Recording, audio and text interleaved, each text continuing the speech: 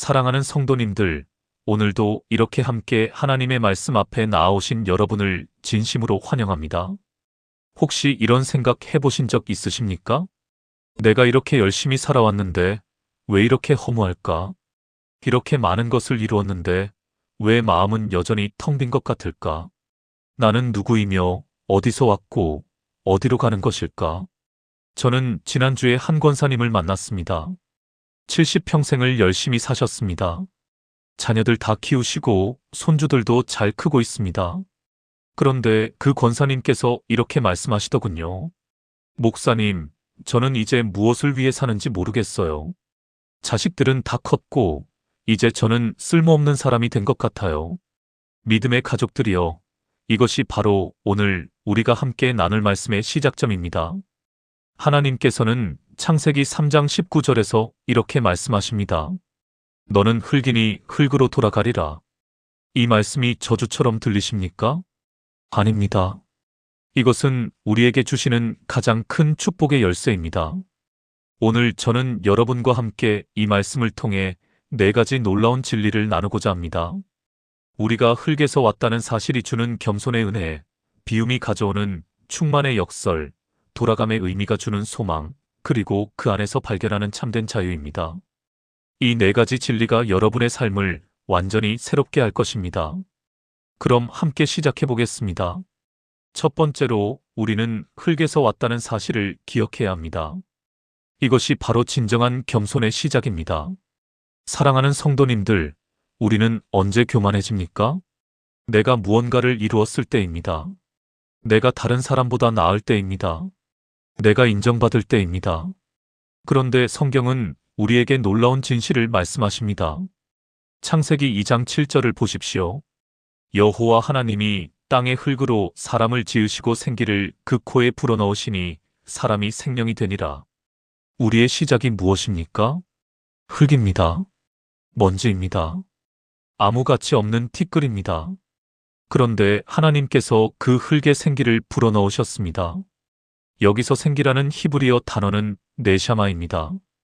이것은 단순한 공기가 아닙니다. 하나님의 숨, 하나님의 영, 하나님의 생명 그 자체입니다. 믿음의 가족들이여, 이것이 무엇을 의미합니까? 우리 안에 있는 모든 좋은 것, 모든 능력, 모든 재능, 모든 성취는 우리 것이 아니라는 말씀입니다. 그것은 하나님께서 우리에게 불어넣으신 생기의 결과입니다. 작년에 제가 상담했던 한 집사님이 생각납니다. 사업에 크게 성공하신 분이었습니다. 그런데 그분이 이렇게 말씀하시더군요. 목사님, 저는 제 능력으로 이 모든 것을 이루었습니다. 저는 남들보다 더 열심히 일했고, 더 똑똑했고, 더 노력했습니다. 그런데 어느 날 갑자기 건강에 문제가 생겼습니다. 병원에서 검사를 받는데 의사가 이렇게 말하더랍니다. 앞으로 6개월 정도 남았습니다. 그 순간 그 집사님은 깨달았습니다. 내가 이룬 모든 것이 한순간에 무너질 수 있다는 것을, 내 호흡조차 내 것이 아니라는 것을. 그분은 병상에서 시편 103편을 읽으셨다고 합니다. 여호와여, 나의 마음이 교만하지 아니하고 나의 눈이 높지 아니하오며 내가 큰 일과 감당하지 못할 놀라운 일을 하려고 힘쓰지 아니하나이다. 감사하게도 하나님께서는 그분을 치유해 주셨습니다. 그런데 그분은 이제 완전히 다른 사람이 되셨습니다. 예전에는 자기 자랑이 많았는데 이제는 항상 하나님께 영광 돌립니다. 예전에는 남을 무시했는데 이제는 누구에게나 겸손합니다. 사랑하는 성도님들, 이것이 바로 우리가 흙에서 왔다는 사실을 깨달을 때 일어나는 변화입니다.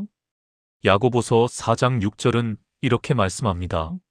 그러나 더욱 큰 은혜를 주시나니 그러므로 일렀으되 하나님이 교만한 자를 물리치시고 겸손한 자에게 은혜를 베푸신다 하였느니라. 겸손이 무엇입니까? 자기를 낮추는 것입니다. 그런데 진정한 겸손은 억지로 낮추는 것이 아닙니다. 내가 본래 흙이었다는 사실을 인정하는 것입니다. 이것이 첫 번째 진리입니다. 두 번째로 비움이 가져오는 충만의 역설을 깨달아야 합니다. 사랑하는 성도님들, 우리는 평생 무엇을 합니까? 채우려고 합니다. 더 많은 돈, 더 높은 지위, 더 큰 집, 더 좋은 차, 더 많은 인정. 그런데 이상하게도 채우면 채울수록 더 공허해집니다. 왜 그렇습니까? 우리가 잘못된 것으로 채우고 있기 때문입니다. 예수님께서는 마태복음 5장 3절에서 이렇게 말씀하셨습니다. 심령이 가난한 자는 복이 있나니 천국이 그들의 것이며. 심령이 가난하다는 것이 무슨 뜻입니까? 영어 성경을 보면 푸인 스피럿이라고 되어 있습니다. 이것은 단순히 가난한 것이 아닙니다. 자기 안에 아무것도 없음을 인정하는 것입니다. 자기의, 자기 능력, 자기 공로가 전혀 없음을 고백하는 것입니다. 완전히 비어있는 상태를 말합니다. 그런데 놀랍게도 예수님은 그런 사람이 복이 있다고 하십니다. 왜 그렇습니까? 비어있어야 채울 수 있기 때문입니다. 컵을 생각해 보십시오. 이미 물이 가득 찬 컵에 더 좋은 물을 부을 수 있습니까? 없습니다. 먼저 기존의 물을 비워야 합니다. 그래야 새로운 물을 담을 수 있습니다. 우리 영혼도 마찬가지입니다. 자기 생각, 자기 주장, 자기 의로 가득 차 있으면 하나님의 은혜가 들어올 자리가 없습니다. 제가 알고 있는 한 권사님 이야기를 해드리겠습니다. 그분은 평생 교회에서 봉사하셨습니다. 주일학교 교사도 하시고 구역장도 하시고 찬양대도 하셨습니다. 그런데 어느 날부터 기도가 안 되신다고 하셨습니다. 말씀을 읽어도 감동이 없다고 하셨습니다. 예배를 드려도 형식적이라고 하셨습니다. 그래서 제가 여쭤봤습니다. 권사님, 혹시 하나님께 자랑하고 싶은 것이 있으십니까? 내가 이만큼 했다고 내세우고 싶은 것이 있으십니까? 그러자 그 권사님이 눈물을 흘리시더군요. 목사님, 사실은 그렇습니다. 저는 제가 다른 사람들보다 더 열심히 믿는다고 생각했습니다. 저는 제가 하나님께 인정받을 자격이 있다고 생각했습니다. 그런데 지금 보니 그것이 다 교만이었습니다. 그날 이후 그 권사님은 변화되셨습니다. 모든 직분을 내려놓으셨습니다. 그리고 매일 아침 이렇게 기도하신답니다.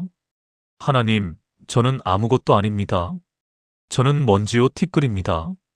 하지만 주님께서 이런 저를 사랑하시니 감사합니다.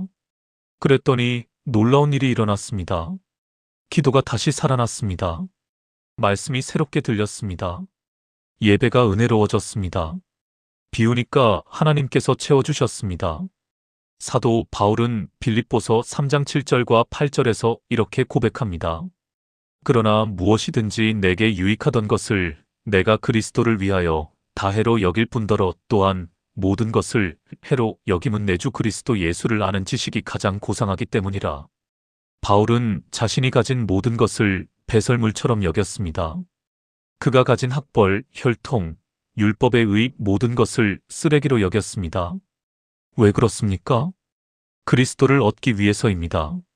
비워야 채울 수 있습니다. 이것이 두 번째 진리입니다. 세 번째로 흙으로 돌아간다는 것의 진정한 의미를 깨달아야 합니다. 사랑하는 성도님들, 너는 흙이니 흙으로 돌아가리라는 말씀이 슬픕니까? 절망적입니까? 아닙니다. 이것은 우리에게 주시는 가장 큰 소망의 메시지입니다. 왜 그렇습니까? 돌아간다는 것은 원래 있던 곳으로 간다는 의미이기 때문입니다. 우리가 원래 어디에 있었습니까? 하나님의 손에 있었습니다. 하나님께서 친히 빚으신 작품이었습니다. 이사야 64장 8절을 보십시오. 그러나 여호와여, 이제 주는 우리 아버지시니이다. 우리는 진흙이요 주는 토기장이시니 우리는 다 주의 손으로 지으신 것이니이다. 우리는 진흙입니다. 그런데 누가 우리를 빚으십니까? 토기장이신 하나님께서 빚으십니다. 흙으로 돌아간다는 것은 다시 하나님의 손으로 돌아간다는 의미입니다. 다시 하나님께서 빚으실 수 있는 상태로 돌아간다는 의미입니다. 제가 알고 있는 한 집사님이 계십니다. 50대 중반에 사업이 완전히 망했습니다. 빚만 3억이 남았습니다. 가족들은 뿔뿔이 흩어졌습니다. 그분은 모든 것을 잃었습니다. 어느 날 강가에 서서 이렇게 기도했답니다. 하나님, 저는 이제 끝입니다. 제 인생은 완전히 망했습니다. 저는 이제 아무것도 아닙니다. 그런데 바로 그 순간 하나님께서 말씀하셨답니다. 내가 아무것도 아닌 지금이 바로 내가 너를 새롭게 빚을 수 있는 때다. 그날 이후 그분의 인생이 완전히 바뀌었습니다. 하나님께서 새로운 비전을 주셨습니다. 작은 것부터 다시 시작했습니다. 정직하게, 성실하게 하나님만 의지하며 일했습니다. 10년이 지난 지금 그분은 빚을 다 갚았을 뿐 아니라 작지만 건강한 사업체를 운영하고 계십니다. 그런데 더 중요한 것은 그분의 마음이 변화되었다는 것입니다. 예전에는 돈과 성공이 전부였는데 이제는 하나님과 사람이 우선입니다. 예전에는 교만했는데 이제는 겸손합니다. 예전에는 자기 힘을 믿었는데 이제는 하나님만 의지합니다. 그분이 이렇게 간증하시더군요. 목사님, 제가 망한 것이 아니라 망해야 했습니다. 그래야 하나님께서 저를 새롭게 빚으실 수 있었습니다. 예레미야 18장을 보면 토기장이 이야기가 나옵니다. 토기장이가 진흙으로 그릇을 만드는데 그릇이 마음에 안 들면 어떻게 합니까? 다시 뭉개서 새로운 그릇을 만듭니다. 하나님도 마찬가지이십니다. 우리가 굳어져서 변화되지 않으면 하나님께서 우리를 다시 부드러운 진흙 상태로 만드십니다. 그래서 새로운 그릇으로 빚으십니다. 고린도후서 5장 17절은 이렇게 말씀합니다. 그런즉 누구든지 그리스도 안에 있으면 새로운 피조물이라 이전 것은 지나갔으니 보라 새 것이 되었도다. 흙으로 돌아간다는 것은 끝이 아닙니다. 새로운 시작입니다. 하나님의 손에 다시 맡겨지는 것입니다. 하나님께서 원하시는 모습으로 새롭게 빚어지는 것입니다. 이것이 세 번째 진리입니다. 네 번째로 이 모든 진리 안에서 우리는 참된 자유를 발견하게 됩니다. 믿음의 가족들이여, 우리를 가장 힘들게 하는 것이 무엇입니까? 남과 비교하는 것입니다. 인정받으려는 것입니다. 완벽해야 한다는 강박입니다. 실패하면 안 된다는 두려움입니다. 그런데 내가 본래 흙이라는 사실을 받아들이면 어떻게 됩니까? 모든 것으로부터 자유로워집니다. 왜 그렇습니까? 나는 본래 아무것도 아니었기 때문입니다. 지금 내가 가진 모든 것은 하나님께서 주신 은혜이기 때문입니다. 잃는다 해도 원래 내 것이 아니었기 때문입니다. 실패한다 해도 다시 흙으로 돌아가서 새롭게 빚어지면 되기 때문입니다. 갈라디아서 2장 20절을 보십시오. 내가 그리스도와 함께 십자가에 못 박혔나니 그런즉 이제는 내가 사는 것이 아니요 오직 내 안에 그리스도께서 사시는 것이라. 이제 내가 육체 가운데 사는 것은 나를 사랑하사 나를 위하여 자기 자신을 버리신 하나님의 아들을 믿는 믿음 안에서 사는 것이라. 바울은 자기가 십자가에 못 박혔다고 말합니다. 이것이 무슨 뜻입니까? 옛사람이 죽었다는 뜻입니다. 자기 중심적인 삶이 끝났다는 뜻입니다. 이제는 내가 사는 것이 아니라 그리스도께서 내 안에 사신다는 뜻입니다. 제가 상담했던 한 청년이 있습니다. 명문대를 나왔고 좋은 직장에 다니고 있었습니다. 그런데 늘 불안했습니다. 동기들과 비교하며 괴로워했습니다. 승진에서 밀릴까봐 두려워했습니다. 실수할까봐 항상 긴장했습니다. 결국 우울증이 왔습니다. 그래서 제가 물었습니다. 자네는 왜 그렇게 완벽해야 하나? 그러자 그 청년이 대답했습니다. 목사님, 저는 항상 1등이어야 했습니다. 부모님의 기대, 주변의 시선, 저 자신의 자존심 때문에 실패할 수 없었습니다. 그래서 제가 그 청년에게 말했습니다. 자네는 본래 흙이야. 먼지야. 티끌이야. 그런데 하나님께서 자네에게 생기를 불어넣으셨어. 자네가 가진 모든 재능, 모든 능력은 하나님께서 주신 거야.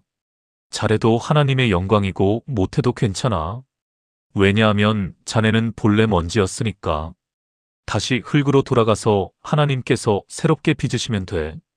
처음에 그 청년은 이해하지 못했습니다. 그런데 계속 묵상하고 기도했습니다. 어느 날 그 청년이 깨달았습니다. 나는 완벽할 필요가 없구나. 나는 1등일 필요가 없구나.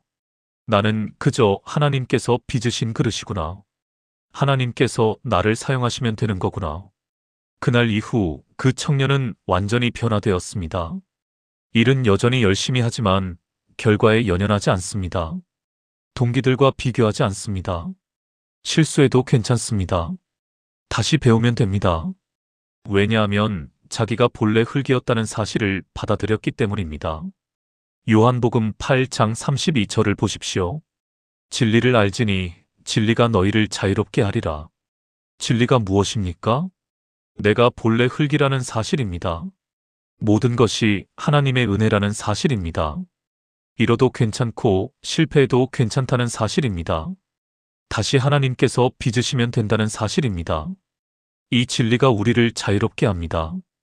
비교의 굴레에서 자유롭게 합니다. 인정받아야 한다는 강박에서 자유롭게 합니다. 완벽해야 한다는 두려움에서 자유롭게 합니다. 이것이 네 번째 진리입니다.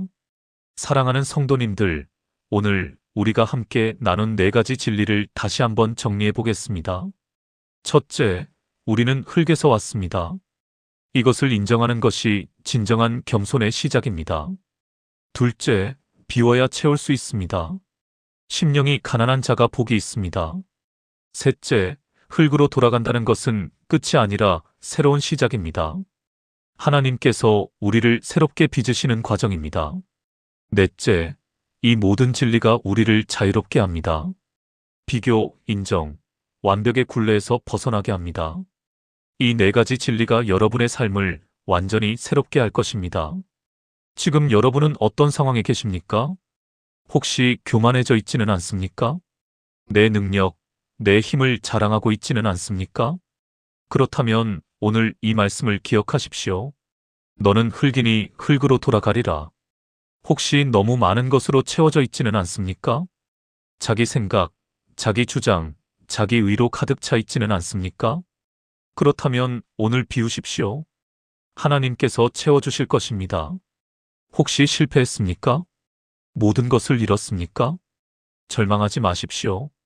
이것은 끝이 아니라 새로운 시작입니다.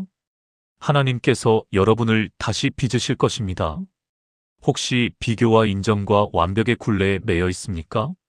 불안하고 두려우십니까? 오늘 자유하십시오. 여러분은 본래 흙이었습니다. 하나님의 은혜로 지금 여기까지 온 것입니다. 실패해도 잃어도 넘어져도 괜찮습니다. 다시 일어서면 됩니다. 왜냐하면 하나님께서 함께 하시기 때문입니다. 시편 103편 14절은 이렇게 말씀합니다. 이는 그가 우리의 체질을 아시며 우리가 단지 먼지뿐임을 기억하심이로다. 하나님께서는 우리가 먼지임을 아십니다. 우리가 연약함을 아십니다. 우리가 불완전함을 아십니다. 그래서 우리를 불쌍히 여기십니다. 긍휼히 여기십니다. 새롭게 빚으십니다. 완전하게 만드십니다. 오늘 이 말씀이 여러분의 마음에 깊이 새겨지기를 바랍니다. 너는 흙이니 흙으로 돌아가리라. 이것은 저주가 아니라 축복입니다. 이것은 절망이 아니라 소망입니다. 이것은 끝이 아니라 시작입니다. 이 말씀을 붙들고 오늘도 승리하시기를 바랍니다. 오늘 말씀이 은혜가 되셨다면 좋아요 버튼을 눌러주시고 구독과 알림 설정도 부탁드립니다. 그리고 댓글로 여러분의 간증을 나눠주시면 큰 힘이 되겠습니다. 혹시 기도 제목이 있으시면 댓글로 남겨주십시오. 함께 기도하겠습니다. 사랑하는 성도님들, 여러분 모두에게 하나님의 크신 은혜와 평강이 함께 하시기를 축복합니다. 이번 한 주도 흙에서 왔다는 겸손을 기억하시고 비움의 은혜를 경험하시고 하나님의 새로운 빚으심을 기대하시고 진리 안에서 자유를 누리시기를 바랍니다. 다음에 또 은혜로운 말씀으로 찾아뵙겠습니다. 평안히 계십시오. 샬롬.